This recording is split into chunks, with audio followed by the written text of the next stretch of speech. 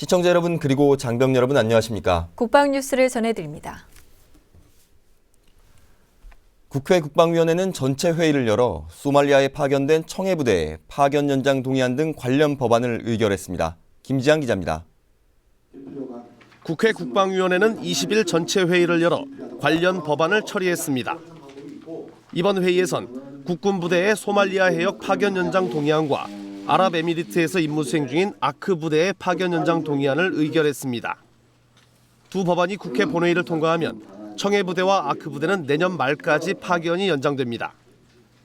이날 회의에선 군인사법 일부 개정 법률안 등 4개 법안도 함께 처리됐습니다. 해당 법률안은 사관학교와 국방대 교수의 역량 강화를 위해 군 교수의 재임용 심사를 종전 1회에서 2회로 확대하고 외무고시 폐지에 따라 국립외교원을 거쳐 5급 외무공무원으로 임용된 사람도 중위로 임관할 수 있도록 하는 내용을 담고 있습니다. 또한 퇴직 일시금과 유족 일시금 지급 관련 규정을 보다 명확하게 했으며 특수임무 수행자 보상심의위원회의 소속을 국무총리에서 국방부 장관으로 이관하고 위원회 위촉과 임명권자도 국방부 장관으로 변경했습니다. 한편 국방위에 참석한 한민구 국방부 장관은 북한의 인권 상황과 관련한 유엔 총회 결의안에 북한이 핵실험 가능성을 거론하며 반발한 데 대해 북한이 핵실험 준비는 상시한다고 평가하지만 가까운 시일 내에 그 가능성이 있다는 것은 확인하고 있지 않다고 말했습니다. 국방뉴스 김지한입니다. 북한이 유엔에서 북한 인권 결의안이 통과된 것은 정치적 도발이라며 전쟁 억제력 강화로 대응하겠다고 밝혔습니다. 이에 대해 국방부는 북한이 전쟁을 억제하기 위해서는 무모한 핵 개발을 스스로 포기해야 한다고 강조했습니다. 오상현 기자의 보도입니다. 북한은 유엔에서 결의한 북한 인권 결의안에 대해 정치적 도발이라고 비난했습니다. 북한은 20일 외무성 대변인 성명에서 미국이 주도한 이번 결의의 강압 통과를 전면 배격한다며 새로운 핵실험 등의 전쟁 억제력을 강화할 것이라고 위협했습니다. 국방부는 이에 대해 즉각 입장을 밝혔습니다. 북한이 주장한 대로 핵실험이나 탄도미사일을 발사해서 세계 평화를 위협하는 행동은 정말로 배격돼야 한다고 강조했습니다. 핵실험과 탄도미사일을 발사해서 한반도는 물론 전 세계 평화를 위협하는 그런 행동으로 이어질 수 있는데 이런 행위는 정말로 배격돼야 합니다. 또한 북한이 전쟁을 억제하기 위해서는 무모한 핵 개발을 스스로 포기하는 것이 가장 최선의 방법입니다. 김 대변인은 그러면서 우리 군은 만반의 대비태세를 구축하고 있고 북한의 어떠한 도발이나 위협도 용납하지 않을 계획이라고 밝혔습니다. 또 북한의 연변 핵처리 시설에 가동 조짐이 있다는 보도가 있는데 이에 대해 한미 정보당국은 북한의 핵시설 가동이나 운영에 대해 계속 주시하고 있다고 덧붙였습니다. 이에 앞서 지난 18일 유엔 제3위원회는 유럽연합과 일본 등 50여 개국이 공동 서명한 북한 인권 결의안을 통과시켰습니다.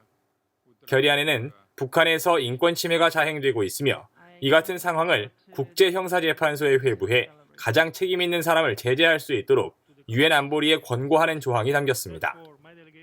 이날 통과된 결의안은 다음 달 유엔 총회에 상정돼 공식 채택될 예정이지만 안보리 상임이사국인 중국과 러시아가 결의안에 공개적으로 반대하고 있어 실제로 북한 최고 지도부를 법정에 세우기는 쉽지 않아 보입니다. 국방뉴스 오상현입니다. 우리 선박의 해상안전보장과 리비아 교민 철수 작전을 완벽히 수행한 청해부대 16진이 20일 오전 파견 임무를 마치고 부산기지에 입항했습니다. 청해부대 장병들은 입항 환영식을 갖고 그리웠던 가족들과 재회했습니다. 정상윤 중입니다.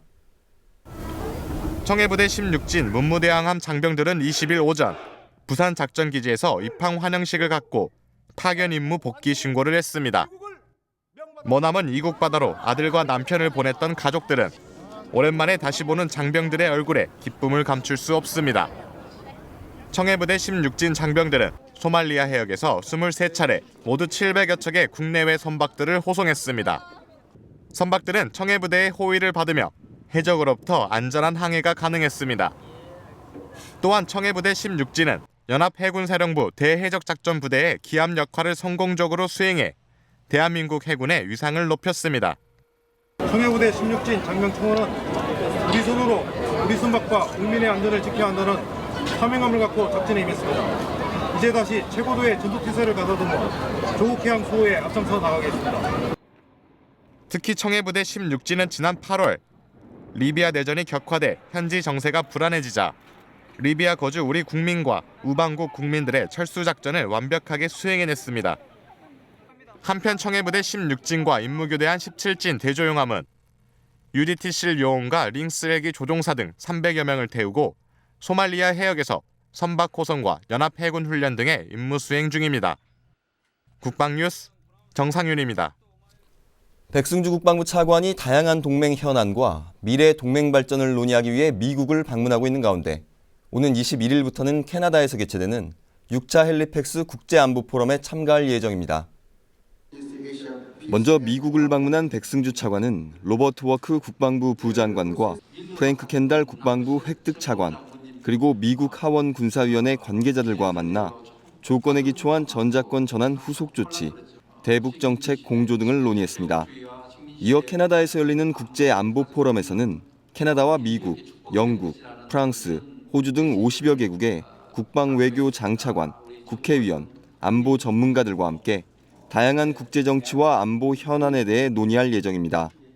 또한 백승주 국방부 차관은 이번 포럼을 계기로 지역 안보 정세와 국방 교류 협력 등에 대해 참가국 주요 인사들과 양자 대담도 가질 것으로 알려졌습니다. 국방부가 전군을 대상으로 방산 군납비리 척결을 위한 반부패 청렴순회 교육을 실시하고 있습니다. 이번 청렴교육은 국제투명성기구 한국본부인 한국투명성기구의 전문 강사를 초빙해 국가 방위 분야 청렴의 중요성과 행동 강령의 구체적 위반 사례 등을 중심으로 진행됩니다. 국방부는 최근 방산 군납비리가 문제가 되고 있는 가운데 이번 반부패 순회 교육으로 청렴의식을 강하게 인식시키는 한편 일회성에 그치지 않도록 지속적인 교육을 실시할 방침입니다. 백승주 국방부 차관은 이번 교육이 군의 부정부패 척결과 정부 차원의 방산비리 척결에도 많은 도움이 될 것으로 기대한다고 밝혔습니다. 이번 교육은 지난 12일부터 오는 27일까지 각 군본부와 군사령부급 10개 부대 전 간부를 대상으로 열립니다. 공군이 공군역사재단과 함께 창설 이래 처음으로 한미연합공군의 활약상과 발전상을 상기하기 위한 국제학술회의를 개최했습니다. 원도환 중사의 보도입니다. 20일 공군과 공군역사재단이 공동으로 주관한 제1회 공군역사재단 국제학술회의가 역사적 고찰을 통한 한미연합공군력 발전 방향을 주제로 열렸습니다. 회의에 앞서 최차규 공군참모총장은 축사를 통해 이번 회의를 통해 공군 전 장병의 올바른 역사의식 함양과 한미 공군의 활약상을 국민에게 알리는 계기가 될 것이라고 말했습니다. 공군 창설 이래 처음으로 공군의 역사만을 주제로 열린 이번 학술회의는 우리 공군의 상고사라 할 수 있는 항공 독립운동사를 비롯한 공군 창설 전 후사, 6.25 전쟁사 등을 통해 대한민국 공군의 역사적 정통성과 한미연합 방위의 든든한 주축인 주한 미 공군의 역할을 학술적으로 재조명해본다는 데 큰 의미가 있다고 하겠습니다. 홍성표 아주대학교 교수의 사회로 진행된 이번 학술회의는 한미 양국의 공군 역사 전문가와 군사 전문가들이 참가해 주제 논문 발표와 활발한 토론을 벌였습니다. 이종학 충남대학교 교수는 초기 공군사와 6.25 전쟁이라는 주제 발표에서 공군의 역사가 전 장병과 국민에게 바르게 알려지기 위해서는 과거를 통해 현실을 이해하도록 하고 올바른 역사의식을 갖도록 해야 한다고 강조했습니다. 이 교수는 또 공군사의 연구 범위를 확대해 정사로서의 항공 독립운동사를 공군에서 공식 편찬할 필요가 있다고 강조했습니다. 한편 우두전 미 7공군 사령관은 미 공군 창설 및 발전사를 주제로 발표하며 한미 공군의 역사를 재조명했습니다. 공군과 공군역사재단은 이번 학술회의를 통해 다양한 관점에서 급변하는 한반도의 안보 환경을 고려한 한미연합공군력의 발전 방향을 모색할 계획입니다. 국방뉴스 원동환입니다. 육군 수도군단이 6.25 전사자 45위에 대한 합동 연결식을 거행했습니다. 전사자들은 연합군의 썬더볼트 작전 당시 전사한 것으로 추정됩니다. 심혜슬 하사의 보도입니다. 수도군단장을 비롯해 장병, 유관기관 단체장 등 300여 명이 참석한 연결식은 추모사, 헌화, 분향, 유해 운구 순으로 2시간여 동안 진행됐습니다. 전사자는 1.4 후퇴 이후 서울을 되찾기 위한 연합군의 썬더볼트 작전 당시 전사한 것으로 추정됩니다. 먼저 64년 전 가난한 이 땅에 불어닥친 공산주의자들의 세계 적과 야구에 앞서 뜨거운 피를 흘리며 용감히 맞서 싸워 조국을 위기에서 구하시고 자유민주주의 체제를 지켜내신 구국의 영웅 선배 전우님들의 명복을 빕니다. 수도군단은 지난 6월부터 10월 말까지 안양, 의왕, 군포, 광주 등에서 국방부 유해발굴 감식단과 51, 55사단 장병 등 연인원 8천여 명을 투입해 유해 45구와 전투화, 안경, 만년필 등 유품 198점을 발굴했습니다. 수도군단은 2008년 유해 발굴을 시작한 이래 올해까지 총 464구의 유해를 발굴했으며 앞으로도 지속적으로 유해 발굴 사업을 추진할 예정입니다. 이날 연결식을 마친 유해는 국방부 유해발굴 감식단 중앙감식소로 옮겨져 유해 특징과 사망 원인을 감식 기록하고 정확한 신원 확인을 위한 유전자 검사 추출 등을 실시한 후 올 12월 중 국립서울현충원에 안장될 예정입니다. 6.25 전사자 합동 연결식은 나라를 위해 목숨 바쳐 싸운 선배 전우들의 숭고한 넋을 기리고 영원한 안식을 비는 자리입니다. 이날 연결식에 참석한 장병들은 그들의 희생 정신을 이어받아 자유 대한민국을 지키는 데 앞장설 것을 다짐했습니다. 국방뉴스 심예슬입니다. 공군 군수사령부가 항공 부품의 국산화를 촉진하고 자체 정비 능력을 높이기 위한 항공 무기체계 부품 견본 전시회를 열었습니다. 국외업체 사정으로 인한 생산 중단과 가격 급등 등 항공 부품 수급 문제에 대한 대책의 일환으로 마련한 이번 전시회는 부품의 국산화를 촉진하고 자체적인 정비 능력을 높임으로써 항공 무기 체계를 안정적으로 운용하기 위해 열리고 있습니다. 전시장에서는 부품 개발에 필요한 재원과 기술 정보 등을 볼 수 있으며 우수 민간업체를 대상으로 부품 개발 절차와 시험 평가 항목 등에 관한 개발 상담, 그리고 국방기술품질원, 카이 등 유관기관과의 워크숍도 운영됩니다. 또한 민군 협력을 통해 개발된 성과물을 포함해 정비창과 항공 소프트웨어 지원소의 회로카드 점검 장비, 시뮬레이터 통합 시험 장비 등 공군의 기술력을 확인할 수 있습니다. 공군은 이번 전시회를 통해 항공 부품의 국산화율을 높이고 자체 정비 능력을 향상시켜 강한 국방력과 국내 산업 발전에 기여할 것이라고 밝혔습니다.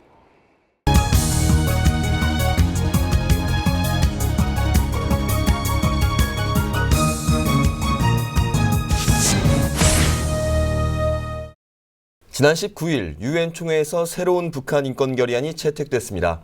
2005년 첫 북한 인권 결의안이 채택된 이후 10년 연속인데요. 이번 결의안에는 북한이 극도로 꺼려했던 책임자의 국제형사재판소 회부가 포함돼 있어 국제사회에 상당한 파장이 예상되고 있습니다. 이와 관련해서 오늘은 고려대학교 북한학과 강승규 교수와 함께 얘기 나눠보겠습니다. 교수님 안녕하십니까? 네, 안녕하세요.